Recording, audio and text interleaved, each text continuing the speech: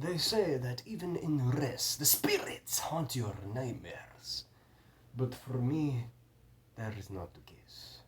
Today, I shall be able to overcome my demons and move on with my life. For those of you who may not know who I am Enrique Jose Marino. I am a paranormal investigator. Back on the... Well, actually, this is vacation time. You see, last time, for those of you who may not know me or who may not be up to date, last time when I went on a paranormal investigation, it didn't go so smoothly. In fact, the paranormal investigation went south. I went over to an old house disguised as a restaurant to find a lost child. Unfortunately for me, I ended up finding more than I was expecting. And after staying the night, I encountered a demon and an animatronic that attempted to kill me. But luckily for me, I managed to survive, somehow miraculously, and I burned the animatronic to a crisp, and then proceeded to find the child. Or at least I thought I did. But now thinking back on it, I don't know if I actually did. I don't know if that was all a dream or if that was all staged, but I swear to you, I remember finding that child. I swear. Apparently, it didn't happen, but I know if I check the logbooks, I may find it. But for me, currently, this has stressed me out so much that I need a vacation. And this is a best time to relax and enjoy myself. Running on the treadmill, working out, and investigating for more spirits hidden within the walls. Yes, my grandpapa, senor, let me stay for the week to get my head back in the game. Well, I mean, that's what happens when you wear a beanie all day, but regardless of the fact, I do not associate myself with my father and my mother. Bunny. Ugh. What a terrible bitch. Anywho, for me, some pool time is necessary, as well as some spirits. I don't know, I'm getting very desperate ever since that little nightmare scenario. I know that I can be the best. I know that I am the best paranormal investigator, and to prove it, I show my sexy self the way to finding the key to the demonic entities that hide within us, within this house, within anywhere that I check. Perhaps it is outside the very house. Or perhaps maybe I am tripping. After all, the devil's greatest trick was convincing the world that the man in a wig, dress, and makeup was indeed a woman. Sorry, that was the wrong excerpt. That's for my friend later, he needs Jesus. No, the greatest trick the devil pulled was convincing the world that he didn't exist. But I know that he exists, and I will be the one to find the one, and I will be the greatest paranormal investigator you'll ever see. And that, my friend, is a guarantee. If only Kimmy Possible and the Unstoppable was here, maybe it'd make things even more easy for me, but no one's heard from them in quite a while. Wonder if they're doing good. I hope they're doing good. I mean, Grandpapa, he misses them, fighting them all the time. He has these evil schemes, I appreciate the master plans. Anyway, I'm going off topic. I will be back. Better, stronger than ever. And that is a guarantee. Watch out, world. The paranormal investigator is back.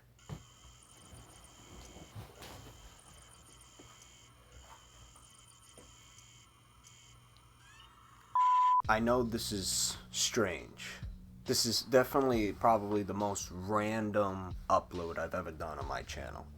And I thought that title was going to stay on Has Been Hotel because when you look at my content is strictly just horror and wrestling because that's really all I'm into. The horror genre and wrestling. Occasionally. But Has Been Hotel was something I kind of like started doing because it was very interesting at the time. But I didn't really like the show all that much. And then Hell of a Boss was just terrible. So, I just stopped uploading for that. And I don't even know if I'm going to review the show when that comes out. But Kim Possible, this is like the strangest of them all, for sure, because it's a kid's cartoon show that I'm covering, and I'm making a review of it, which is something I also don't do. I don't review stuff. I don't review games. I don't review movies. I don't review shows. The only thing I plan on reviewing is the FNAF movie, because that was nearly a decade of a wait. But this one, Kim Possible, this was not planned. Obviously, you didn't see it on the schedule, you didn't see it on the content list. But I'm making a review of it nonetheless because I recently just binged the show. And the reason why I binged the show was because I saw something on the internet and I was so curious as to what the hell that was that I ended up checking out the original episode for it. And that episode turned out to be very funny to me. It was very comedic, and it was really like fast-paced and interesting to where I wanted to check out the show. And so I called up my boy Tony, and I hooked him up on the phone. I was like, yo, let's watch Kim Possible, because, he's usually the guy to go to when you want to watch a show or you want to watch something new that we've never seen before. And one thing I also wanted to point out is that I never watched this show as a kid. I always thought it was marketed specifically towards girls and the girl audience because it was made for girls as a show for them to look up to. So I never checked it out, and I also didn't check it out because it was on Disney Channel, and I'm not a big fan of Disney. I don't really like Disney, and I especially don't like Disney now. Fucking sucks. So we put on Kim Possible, and immediately, I think this is because of modern day stuff. I already have bad expectations. Well, I would have had bad expectations if it wasn't for the episode that I watched. The episode that I watched really helped me, soothe into watching this show because it was so good that I had faith in the show when I was going to watch it. But, even though I watched that episode and it was very fun, it was very nice, I still had some concerns about the show. Specifically, I was worried about stereotypes in the show because, cartoons have sometimes a bad rep for having very cliche, stupid stereotypes. And not only that, but I'm so used to modern day shit being so poor, per se, like being so in poor taste and being so disgusting and rude and all that, and, just having this bad aura around it, especially with all these like different propagandas and messages they try to shove down your throat. And so going into this show, I was really hoping for something, lighthearted and fun, and that's exactly what I ended up getting, was something happy, was something kind of like really inspiring, which is something I don't see these days, which is why I kind of stopped watching movies and TV these days. Hell, I even stopped watching YouTube because everything is just so mean-spirited that you don't really get to enjoy a good story these days. And I watch horror movies, and so, that's kind of what you expect from a horror movie. But for everything else, though, you want to have something great to watch, like a superhero movie or a fun action thriller. This is something like you genuinely want to be having a good time with, having a great story with. And these days, you don't really get that anymore. I mean, unless you watch John Wick, because John Wick, he's badass. So I watched Kim Possible, and the first episode immediately kind of shatters any kind of expected stereotypes that you may think that the show has. Where originally you may presume that Kim Possible is going to be, the standard heroic female who is just emotionless, who just goes and fights people with an attitude and all that. And then you have all that. That's ironic. And then you have Ron, who you think is going to be like a pushover and that goofy sidekick who's just going to be shitted on the entire show. But that's not what happens. In fact, immediately the characters kind of display something to them that makes them special. Kim automatically shows you that even though she's capable of saving the world, doing all of this stuff, she genuinely is doing it out of the good of her heart. And not only that, but she is also just kind of like your basic average girl. They don't lie in the opening of the show when they say that. She is literally your basic average girl. And she's genuinely just how you would presume a teenager would act around and doing teenage stuff. And I like that they didn't go over the top with her character. And they kept it, realistic for some people. To see someone like Kim being capable of doing something over the top like this is, very inspiring. I could definitely see that. And then you have Ron Stoppable, which automatically, like, he starts off the first episode testing his game. He goes around trying to get chicks and trying to see what he can do, and immediately, he's getting rejected, but he's taking it like a champ, right? He's capable of handling the rejection, and he never once kind of puts Kim down just to be, like this, just to get a chick or just to have some kind of cockiness to him, even though that becomes like an episode joke, a running gag in certain episodes in like season 2. For this first season, they don't really do that for Ron. They keep him level-headed. They actually keep him very genuine. And his relationship with Kim is very healthy, and you could tell that they have like a very good friendship and a bond to be with each other and to hang out with each other and to do this over-the-top mission. I mean, Ron going on this mission alone just kind of shows his bravery and his courage. Even though the show makes him paranoid and a coward at times, he's still very brave to be able to do this. I mean, he's literally going with Kim on these over-the-top adventures to where at any point in time he can literally die. And they make that clear in a future episode too. Like, there was an episode where they showed that Ron's chances of dying are like extremely high. So the fact that he hasn't died yet is like very surprising. But him going on these adventures, knowing damn well he does not have the capabilities that Kim has, but still wanting to help Kim out with her missions and with the tasks of saving the world. That I really enjoyed about Ron's character, and the characters and how they build them throughout the show is something I really enjoyed as well. But before I move on to the review of each season, I want to discuss like some of the other aspects about the show, particularly, the writing, the dialogue, the animation. The animation is alright, it's pretty good for what it is, but at times it can be definitely stupid or very strange to look at. There's points in the show where if you pause it at a certain time, you'll have this very like strange, abnormal frame that looks like some kind of Mozart art of some kind, or like, I don't know, Da Vinci or Mona Lisa, I don't know. And then you have the music. The score is pretty good at times. I like it when the score is very Spider-Man-esque, which is something about this show. This show has a lot of inspiration from Spider-Man. You could just tell from Kim's character and from the music. I mean, Spectacular Spider-Man specifically, there's a lot in common that this show has with Spectacular Spider-Man, which I really enjoyed. Then you have the writing, and the writing is pretty good for what it is. It never goes too crazy, but it also stays pretty comedic and level-headed, to the point where even parents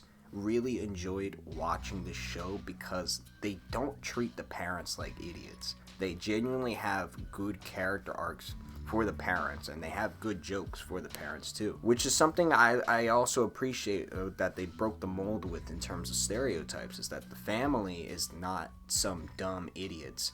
The parents are actually the smartest people in the room. Kim Possible's mother is a brain surgeon, and Kim Possible's dad is a rocket scientist, and they're actually smarter than Kim, which is a shock because you don't expect it to be that way, but it is that way. And they're actually very supportive of Kim Possible, and they're always willing to help her whenever needed, whenever need be. And you also get these points in time where there'll be episodes where Kim and the family are fending off against monsters and all this other stuff. And they work perfectly as a dynamic. They work perfectly as a family. They never have some kind of drama. They're always just, it's just like a healthy relationship. I know this sounds very dark on my end, but I don't see stuff like this. I don't. You know how rare it is to see something like this show to where you actually have genuine healthy relationships of characters and genuine good moods, all good vibes all around. That's something rare for me these days. Even the tweebs, the tweebs are not these insufferable pricks of little kids. They could be annoying at times, but they're really smart too, to the point where you may even question if the tweebs are smarter than the parents, because they could craft and engineer all these different things, but yet they still act like kids. They still are kids at heart. And you can tell, even with the little phrases that they come up with, like hickabigaboo or whoosha. Speaking of characters, the villains of the show are also really good for what they're worth. They're cartoonish in that they're very exaggerative, but they're still not over the top. There's still some level-headedness to their characters to where you can relate to. Especially Senor Senior. Is that how you say his name? And Senor Senior Jr. They just had a really fun dynamic to where even though Senor Senior Jr. is this very strange guy, this very abnormal, flamboyant guy, he has a great dynamic with his father to where his father wants him to be like this great supervillain, this awesome villain, and live out his dream and, fulfill his son's, needs.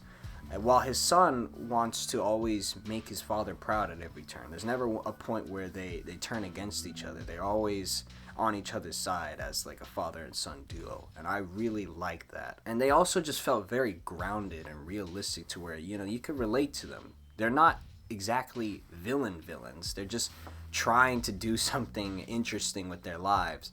And being a villain is that for them, because they got nothing better to do.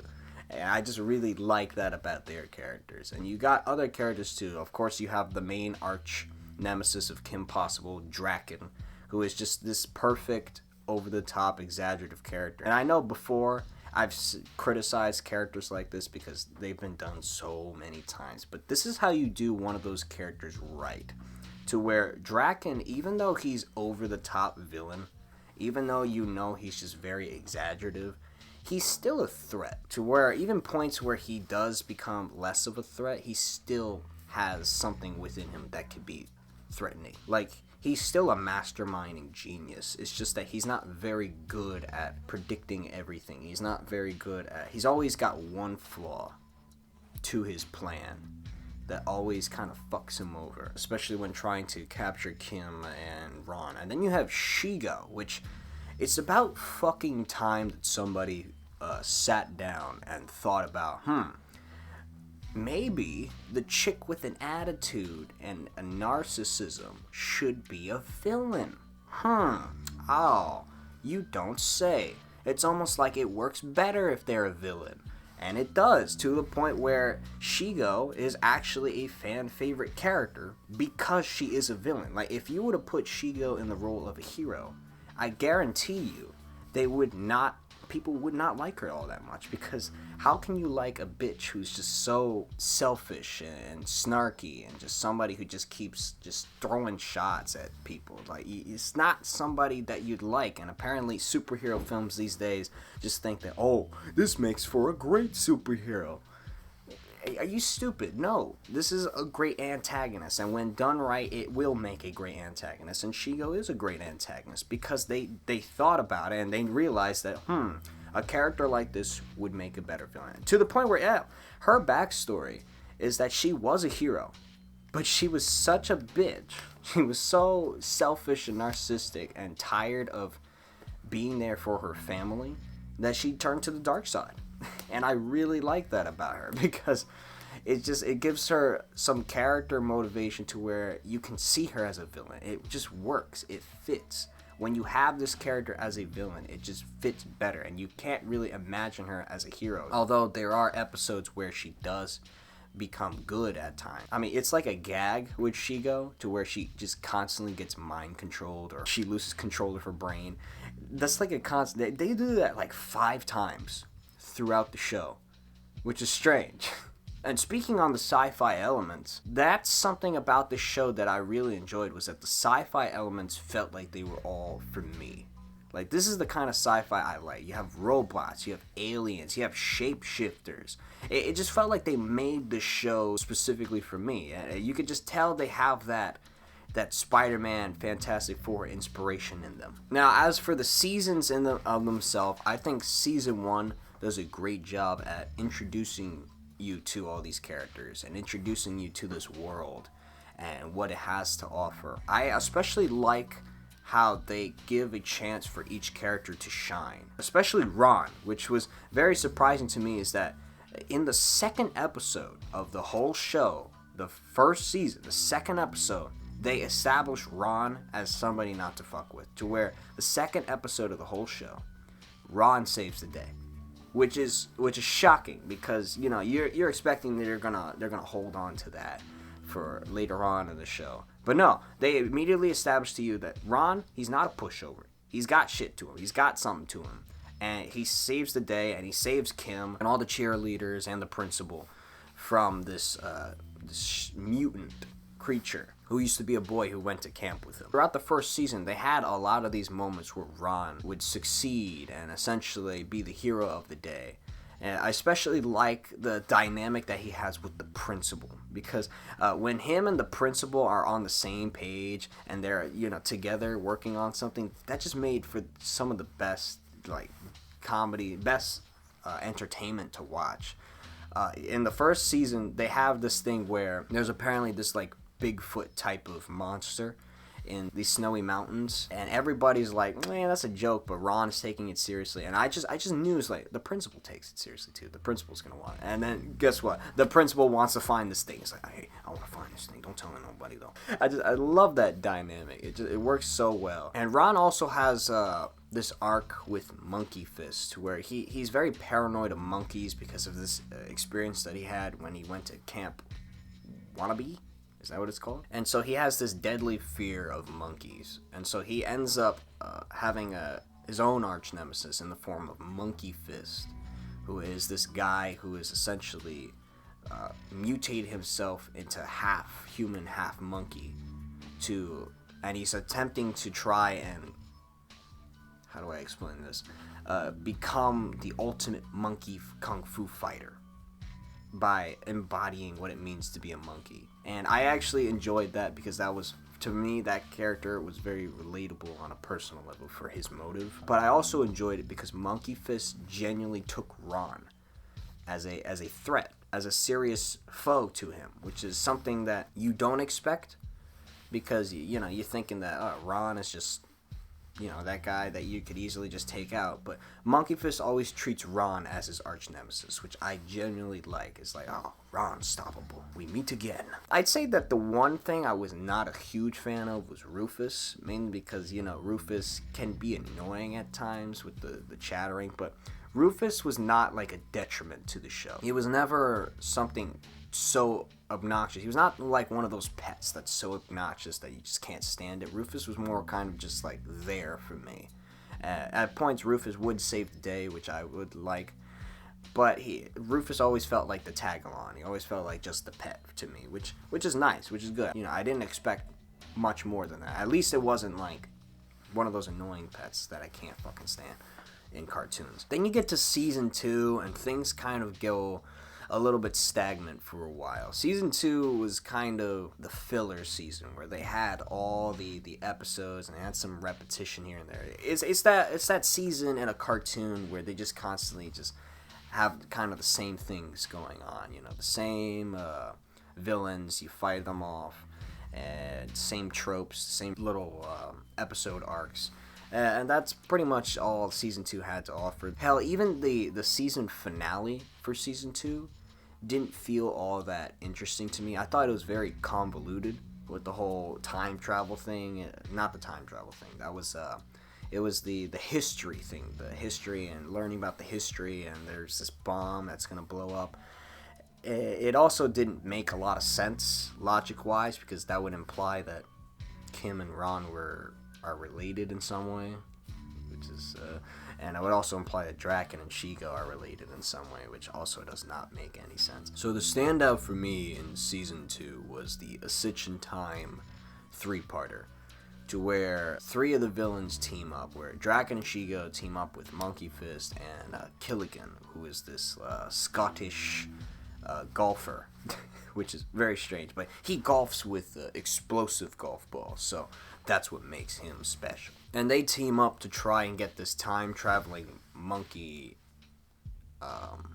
thing to go back in time and essentially prevent Kim Possible from ever becoming Kim Possible, even if that means killing her. It's also the first time that Kim and Ron end up losing to the villains, because Ron is forced to move after his parents are forced to move to a completely different country, and it prevents Ron from being able to travel with Kim, which is something that Kim has been capable of doing, because a constant gag of the show is that Kim gets free rides from people because she's helped them in some way, and they'd be like, "Oh, no problem, Kim. After you saved me or did this or helped me with that, I have to return the favor." It's a constant gag throughout the show, to where Ron is now not capable of traveling with Kim and has to find alternative ways to make it there, and even to the point where Kim has to bring one of their friends, Monique, along with the ride. But it just does not prove to be enough, because they end up failing and they end up being incapable of stopping the villains. And so they go back in time, and you have a couple of gags here and there in the past. I thought that was the weakest of the 3 episodes, but then you get to the future section, and Shigo ends up double-crossing the villains to become the ultimate supreme one, and she ends up ruling the world, because she ends up finding out a strategy to where she's capable of manipulating everyone and taking control of everything. And the episode is really cool for what it is. There's a lot of great moments here and there, and you get to see the Tweebs all grown up, and they're like a duo that work together, and they're like built like these action heroes with muscles and all that. And you also have who do you have? You have Wade, and you get to see Wade older, and he's grown out his hair, and he's also muscular, and he's also lost all his weight. And after the whole episode, which is pretty entertaining for what it is, you get to the ending, and pretty much Kim and Ron lose again for a second time. Everyone is captured, everyone is locked up and ready to be executed, or whatever Shigo has planned. And Draken, who is now genetically modified to be much stronger and buff as well, convinces Shigo to say a monologue, to deliver a monologue to the rest of the characters. And so Shigo's like, I'll deliver my monologue. This is how I executed my plan. This is how I got away with it. And she essentially tells them how she split Ron and Kim apart because they were such a good duo, that splitting them apart would break up the dynamic between them. And Ron gets really heated by what Shigo just says. And he gets so heated about the fact that Shigo split Ron and Kim up and made him go to this country that he hates and having to eat all this shitty food, that I shit you not, when he's about to walk up to Shigo, I thought this kid was about to smack the fuck out of her. I thought he was about to lay it a smack down on her candy ass across her face. Genuinely, he was expressing that much emotion. I was ready for him to beat this bitch. I was popping off because I was like, oh, he's about to fucking smack the shit out of Shigo. Draken steps in, and he's like, yo, hey, back off. Ron, he grabs Draken by the arm, and then he fucking suplexes his ass across the fucking room. And I'm popping off at this point. And the fact that I'm popping off for a Kim Possible show, that's crazy. And I'm popping off because, like, Ron is, like, showing that he is that guy. I knew he was that guy when they started to develop him. I was like, yo, he's that guy. He fucking threw Dragon across the room. Yo, Shigo was so scared that she literally cost everything. She has powers. She has the ability to kill Kim or Ron at any point in time because she could literally just shoot them with her powers and beat the fuck out of them. But she got so scared by Ron, she ran! That bitch ran, and it allowed Ron and Kim to break the monkey time machine, which essentially brought them back, and it erased everything that just happened. And essentially, subconsciously, they know that it happened, but they don't remember it. So that was just the first time that Ron, like, true. That was, for me, that was like the biggest milestone for Ron. The first biggest milestone for Ron, other than the monkey fist thing, where he went to the Japanese school and he got his abilities to fight. Got the word of sensei, which was essentially Kung Fu Panda before Kung Fu Panda happened. So a Sitch in Time was the most notable thing from season 2. Then you get to season 3, and season 3 is just like a step up from everything that you just saw.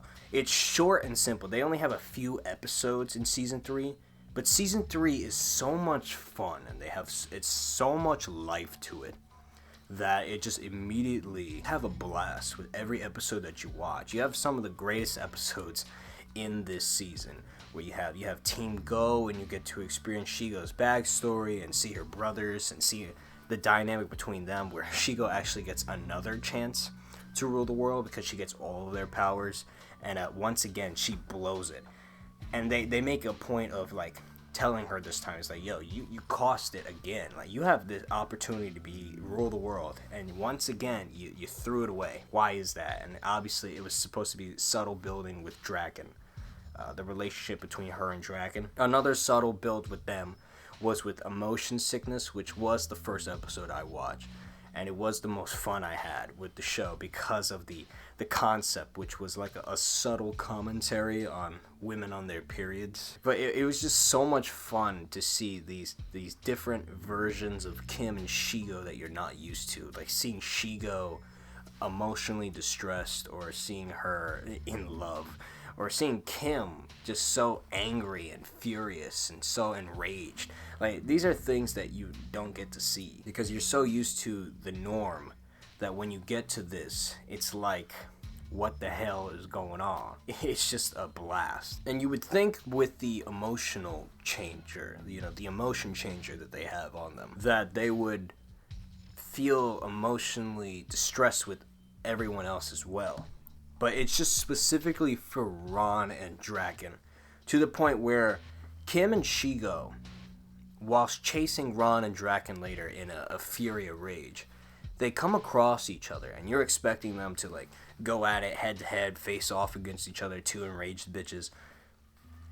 And there's this subtle thing that they do, to where if you do it now in the modern times, and if you do it with something nowadays, it just would not work like this. It would not work like this because of the context.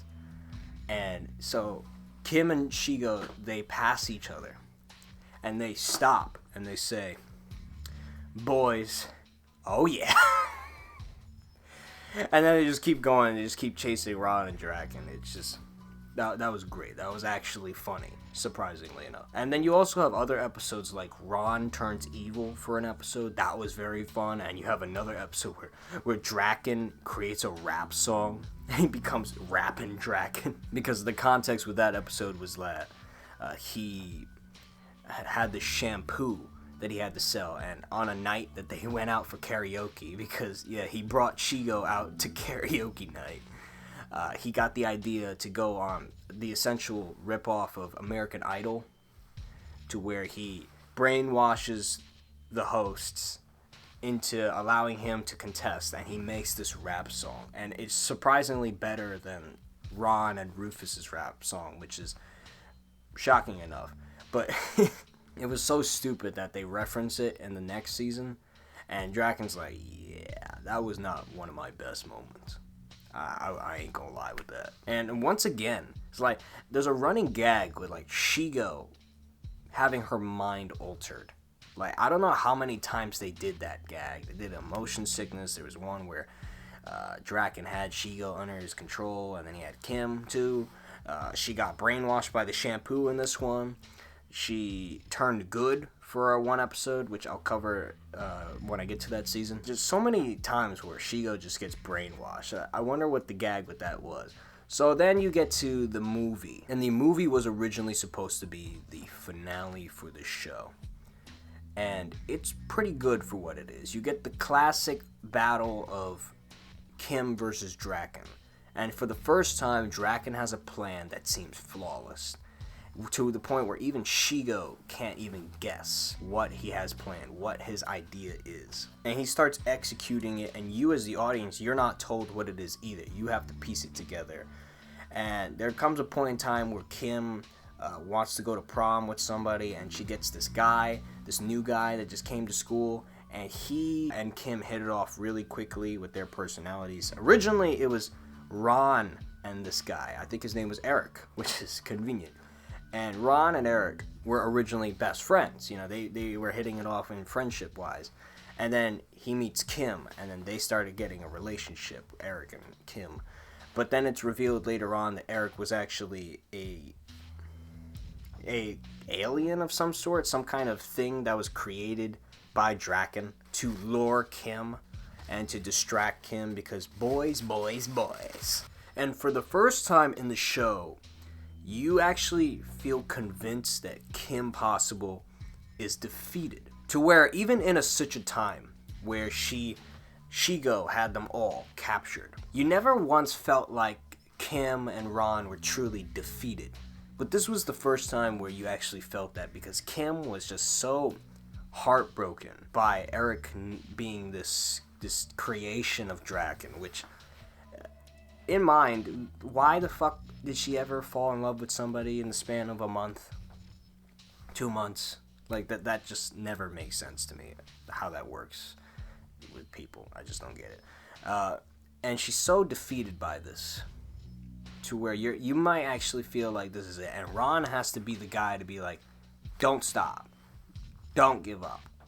We gotta keep going. We gotta win. We gotta save the world.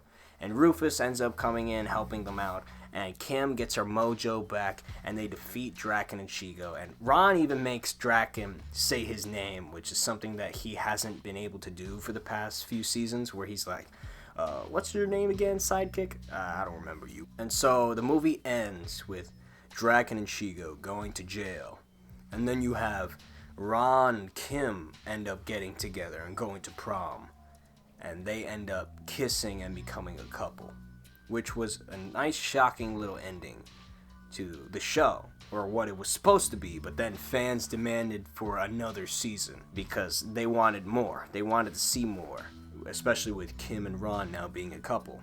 And they did not plan for a season 4, and so they were greenlit with like 22 episodes for a season 4. Usually, this is a death wish for most creators, because if you're a writer and you wrote a finale for your series, and then all of a sudden you have to make another one without any plan, without any ideas, it's going to be hard. It's going to be tricky. And so they had to write around it and make it so that prom was their junior year instead of their senior year. But it ended up working out for them, because season 4 ended up being the best season on a story standpoint. Immediately, the first thing you'll notice about season 4 is that the episode arcs actually feel like arcs, to where in the previous seasons you had some storylines, but they never felt like arcs. They always just felt like they were a few continuations here and there. But this season genuinely feels like there's a lot of story arcs being told, where one of the first story arcs is, of course, developing Ron and Kim's relationship, to where we start off the season with Ron reminiscing the prom night, and then he has a nightmare and he thinks that it didn't happen, but the show confirms to you that yes, Kim and Ron are a couple, it did happen, they are together. And throughout the season, their relationship builds in a very healthy way, to where they end up discussing senior year. The tweebs get to skip class, they get to skip grades and to be in the same high school as them as freshmen, and you get the relationship dynamic with Kim and the tweebs there. Then you have Ron and the tweebs have a problem when Ron gets promoted to being the running back for the football team, which he managed to get from trying to try out and impress Kim. And then the Tweebs end up taking his mascot. And Ron is upset about that, but they end up working something out, and Ron ends up accepting them to being the new mascots for the team. When you think about it, Ron's life is going great. I mean, he's the running back of the football team. He's being treasured as one of the best players. And then your girlfriend is also the main cheerleader who's just cheering you on.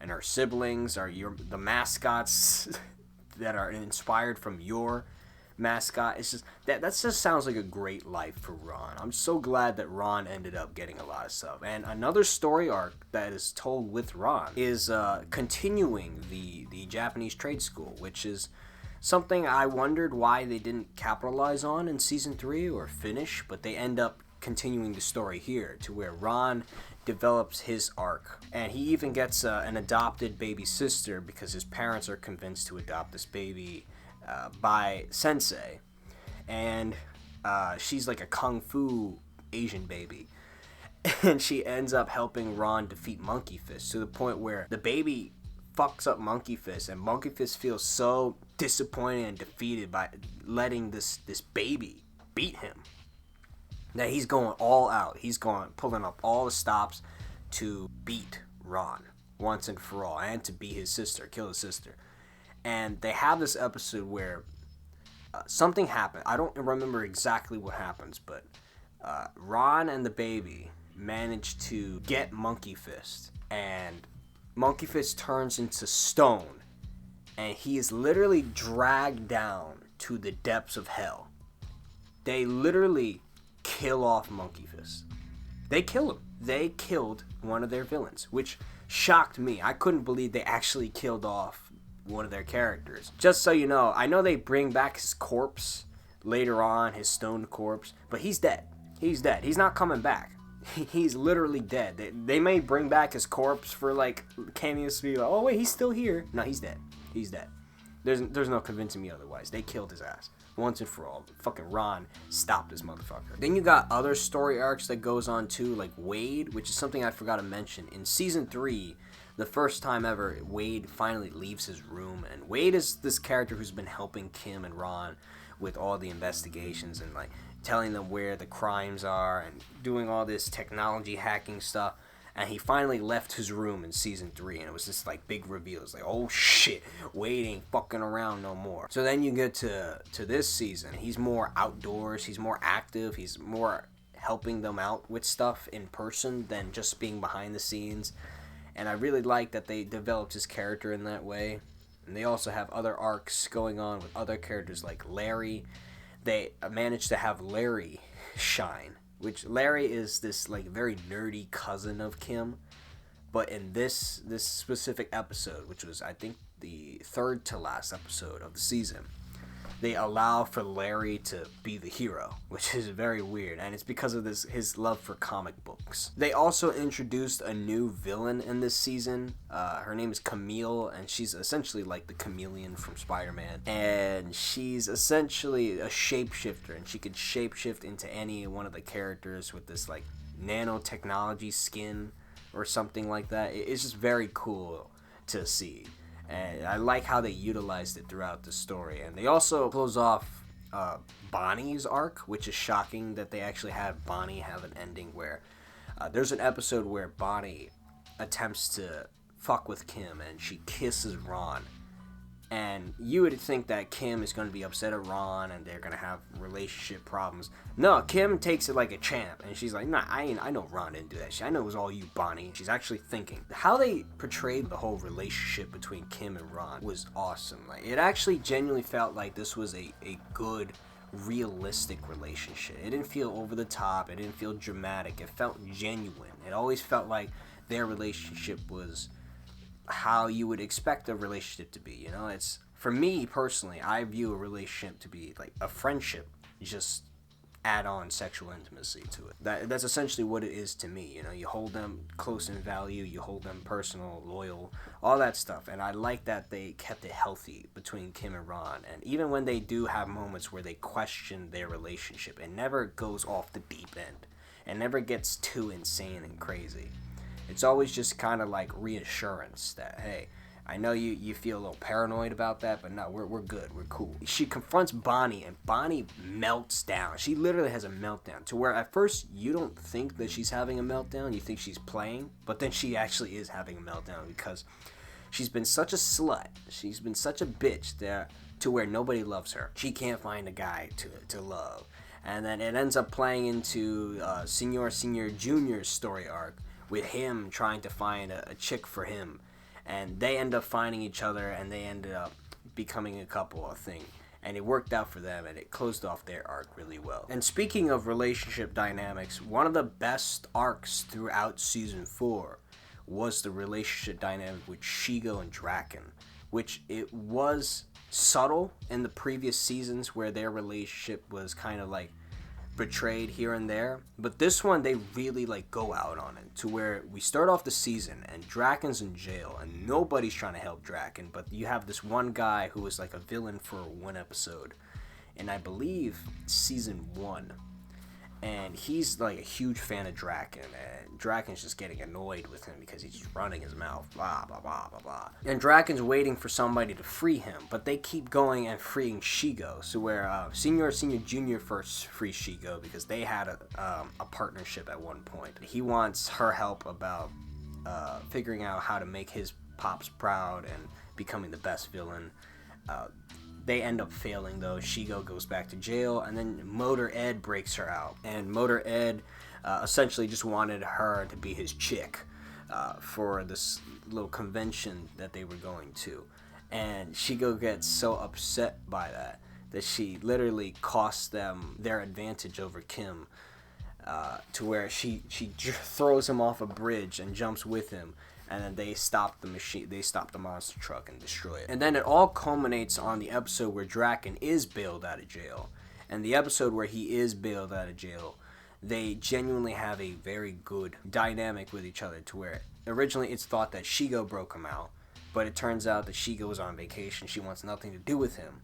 And the person that broke him out was this alien who thought that Draken was this big mastermind and alien that she was looking for. It didn't turn out to be the case, but the alien becomes his new sidekick after Draken manipulates her.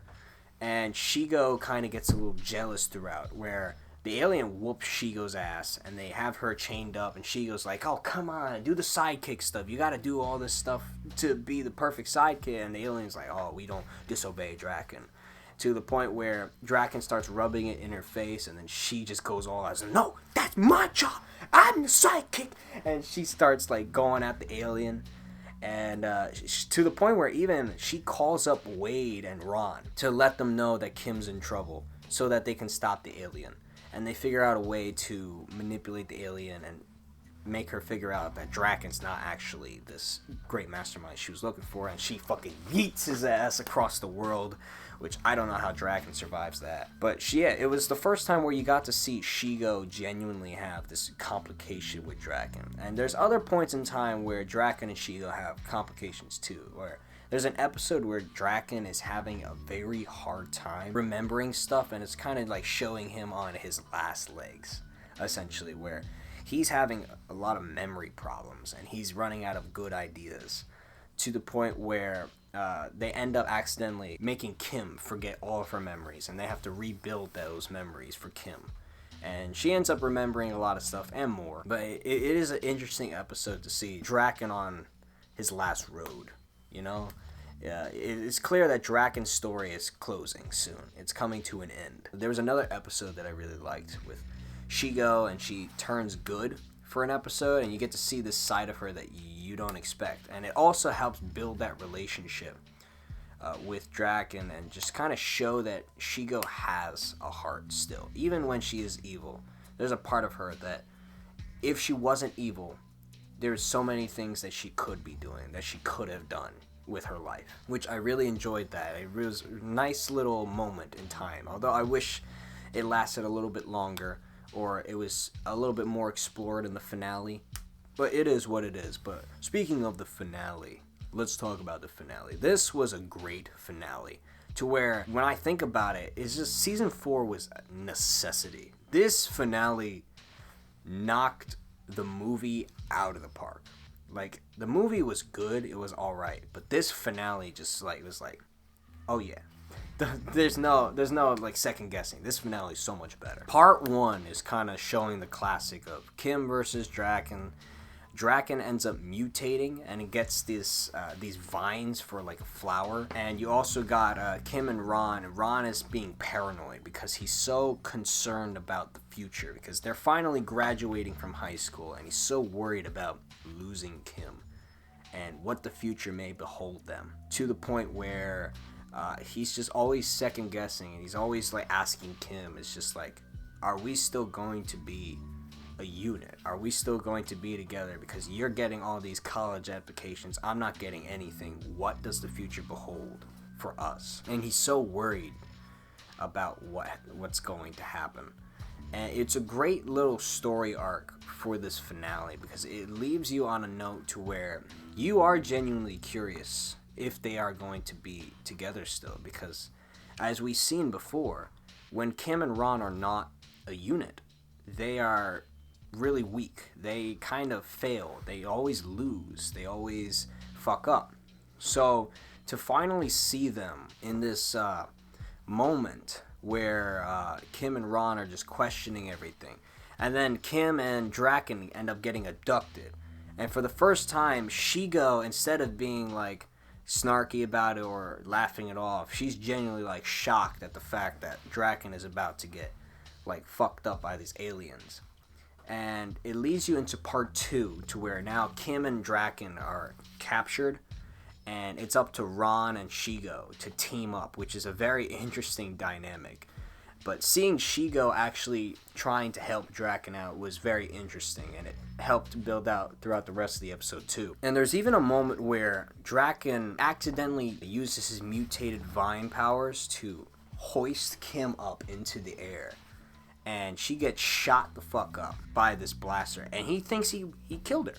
And for the first time that he thinks that he killed her, he genuinely gives respect to Kim and calls her a worthy opponent, a worthy foe for him. He finally acknowledges Kim for being the hero. And it's this moment for a second that you genuinely are scared. Like, oh shit, did he kill Kim? And you might be convinced, but personally, that would have killed Kim. But I don't know how she survived. I genuinely don't know how she survived, but she did. And she's like, I ain't dead yet, motherfucker. And she starts beating the shit out of the robots and the machines. It's a great little moment. And then there's a few comedic gags with Shigo and Ron as they make their way up to the spaceship. They find Draken and Kim, and they have this funny interaction where Kim and Ron, they hug, they embrace each other. Draken, Shigo's about to, but then they remember, oh, wait a minute. We ain't a thing. Hold on a second. It's about time you showed up. Shit. I really enjoyed that, and I really enjoyed how the dynamic between the characters is just so good with each other because you've been with them for so long. You see Draken and Shigo and Kim and Ron all working as a unit. And Draken comes up with this grand master plan in his head of how to stop all these robots, how to save the world. And this was something that has been building where it's like Draken was slowly becoming less and less of the main villain, and he was becoming like a hero in a ways. He was becoming more heroic, and finally you get to see that, and you get to see Draken manage to help save the day by stopping these robots with his mutant plants. And then you get to the big moment, the moment that I've been waiting for, the moment that the whole show has been building up towards. And it's shocking to think about that we would have never had this moment, that this moment would have never happened. It's crazy to think about that because it feels like this was always the plan. And that plan was to have Ron be the guy. Have Ron be the one to defeat the fucking villains and save the day. No Rufus, no Kim. Shigo and Kim are down for the count. Rufus, don't know where the hell he is. Draken, God only knows where. And Ron is the only one standing facing these two giant aliens. And he channels that inner monkey aura in him that he still had from back in the first season. And he uses it to beat the living shit out of these aliens. And then he proceeds to toss them up the same way that the alien did with Draken earlier on in the season. Toss them up and they collide with the ship and they explode and die. And Ron, he comes back down and he picks up Kim. You know, he gives her a hand, gives her a big hug. It was perfect. It was perfect. That was the way that I always thought the show was going to end, and then that's finally what we got as the grand finale of it all. That was awesome. That was awesome. I really enjoyed that. Then you have the rest of it with them graduating, and then you had Draken and Shigo. They kind of hinted of a relationship there with Draken's plant, you know, kind of bringing them closer together. You had Ron and Kim. They fly off into the sunset with their car, the car that the Tweebs made for them, and they get a big kiss and they just drive off, never to be seen again, as that's the end of Kim Possible. And what a fucking way to end the show, to a point where I don't think they should do a 5th season, because they're hinting at doing a 5th season as like a reunion. But personally, I don't see a reason to. I think season 4 was just the grand conclusion of it all. I think it would be nice to have a 5th season, to have, like, see where they are now. But at the same time, I'm a little concerned, especially with Disney nowadays. I don't trust them at all. And with what they would be able to do with the story, I don't know if they'll be able to execute it well. So that is Kim Possible. And quite a surprise indeed. I was not expecting much from this show. I was never planning to watch the show, but now that I have, I gotta say, you know, it's really good for what it is, and it's a good show to visit as an adult, because when you're an adult, you can understand a lot more things, you relate to a lot more things than you did when you were a kid or a teenager, just watching it growing up. And you see it a different way. You see it more on the realistic spectrum, so you can understand it from that perspective. But overall, I think this is definitely a cartoon show that is worth the time for people to, you know, to have your kids to watch. I think it's actually genuinely great for kids to watch. I think it's great for parents to watch with them too, if you really want to. It's that good. And for anybody who doesn't have any opinions towards Kim Possible, or if you ever feel a day where you want to binge watch an old cartoon show, just watch it again, I would recommend Kim Possible. You know, just in general, you know, if you ever find time out of your day, go back and watch an old cartoon show. It's really interesting to watch like a kid's cartoon show when you're an adult, because you see it from a different perspective. And to see it from that different perspective and to understand it and see if it relates, if it's better now that you're an adult or if it's worse, it is really nice to see. And I think that it was good for me to not have known Kim Possible, not have watched it, and watched it for the first time now than it would have been when I was younger, because now like, I understood a lot of stuff. I understand how storytelling works, and I was able to pinpoint the story that they were telling. And just because I know the direction of the story that they're telling doesn't mean that it's going to be disappointing to me. It's genuinely, sometimes the direction I want them to go is exactly what I want. And when you get that execution, it's just perfect. It's beautiful. And that's what I got to say about Kim Possible. So definitely a show I would recommend, shockingly enough. Alright, now fuck off.